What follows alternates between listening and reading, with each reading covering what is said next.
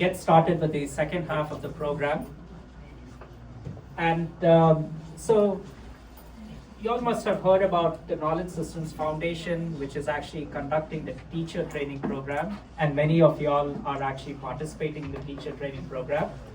So we'll briefly just explain about like how we are organized. So we are essentially two entities. One is the Knowledge Systems Foundation, which is a 501(c) nonprofit, and its core mission is to actually spread awareness about IKS.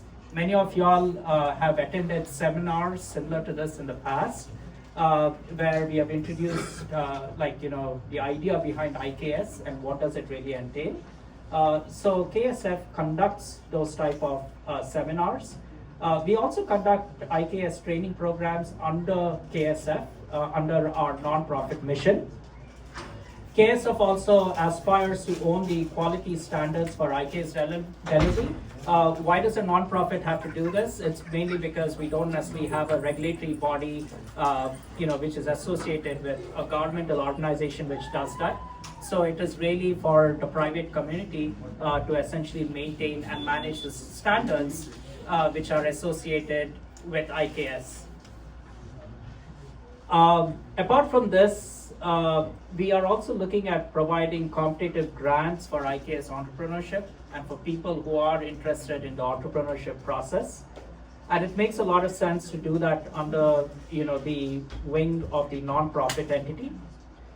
Apart from this, we are also looking at developing and promoting an Indic humanities curriculum. So this is essentially our vision for humanities, which is different from the Greco-Roman humanities that you may typically see in your schools or at the universities here in the United States. Apart from this, we have a for-profit wing, which is called KSI, or we essentially go by Knowledge Systems Business Incubator for it. And the mission over here is to essentially enable entrepreneurs who come to us with ideas, or people who are a part of the training program and they have ideas that they want to incubate and develop into companies. Then we enable you to start a Series LLC through the support that's provided by KSI.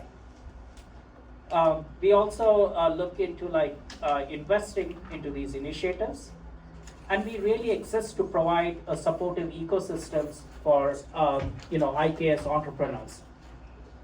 But our core mission is to really advocate community-driven meritocracy. So we want to help people who are capable in this field and who really want to make a difference, and those who want to really continue innovating with IKS. So our journey so far, so we had a first seminar on IKS in September 2024, and I can see quite a few faces from that seminar. And at that time we had Shri Ami Ganathraji and Anand Rajaramji, who was talking today, essentially present that entire seminar. And then subsequently we had another seminar in November where Shri Smriti along with Shri Srini Raghavanji actually presented that seminar. And totally over 250 people have gone through our immersive seminars where we really introduce this concept that's IKS and why it really matters for our community. Apart from this, we recently also conducted a program with Lhasa High School. And this was the first of its kind IKS seminar at a major public school. And you can see Srini ji, who just spoke, he was the presenter for this particular seminar. That presentation was very well received, and we have actually been invited to come back to Lhasa next year and continue doing these presentations on IKS. So that level of community outreach with this new concept is actually resonating very well in traditional public school settings too. And then obviously, most of you are aware, we have an IKS training program that's going on. It just is the case that we don't necessarily have institutions in the country which are churning out well-trained IKS teachers or researchers in this field. So this is all really an opportunity for us to enable our community by providing a training framework. And we actually plan on growing this training framework in the coming years. And it all depends on the community interest, as well as like how you want to see that training program evolve. So your feedback matters to us. So, some of the key problems, faced by Hindus in the United States, one is like passing on our heritage has been a challenge in our community. And a lot of times it's the case that even parents are not necessarily educated about this entire body of knowledge that we are today, calling as IKS. The other thing is the problem of pull from children. It's also partly a function of it not being a part of the regular school curriculums, and the knowledge gap also results in the lack of pull. Apart from that, you have systematic Hinduphobia, which has like metamorphosized in many different ways. And this has actually come into the picture, not just from what is perceived to be left in the spectrum, but it's also happening by the right of the spectrum. And it's also a historic thing, because if you actually read this wonderful book on the colonial discourse and suffering of Indian American children, a lot of this bias was probably sown almost like 200 years ago. So you got to read William Wilberforce's narratives and how that translated essentially into institutions all across the West. And those biases are still being repeated as we see it. The other thing is this complete lack of Hindu-focused services. So where are the Hindu counselors? Where are the care providers? Where are the teachers? Where are the chaplains? So you can go to a university or even a large institution, like you can go to the military, for example. You'll find chaplains from all denominations, but we are really underrepresented in that sense. Apart from this, value-added services where, we can actually innovate on this vast body of knowledge that we have. You hear about Kumon, you hear about the Singapore School of Mathematics, and the question really arises in terms of like, why are we not innovating with our systems? So this need to like really internalize our systems and then innovate for the educational needs has also been an issue, and that's something that we would like to address. Apart from that, if you want to run an index school, you need qualified teachers, and having qualified teachers in this domain has also been a problem. And I believe it's not just here in the United States, but even a lot of these initiatives back in Bharat are facing the same issue, where we don't necessarily have a good set of qualified people to actually teach these subjects. So obviously, we have been speaking about the mission. It's a vast treasure trove of knowledge, and how do we unleash it?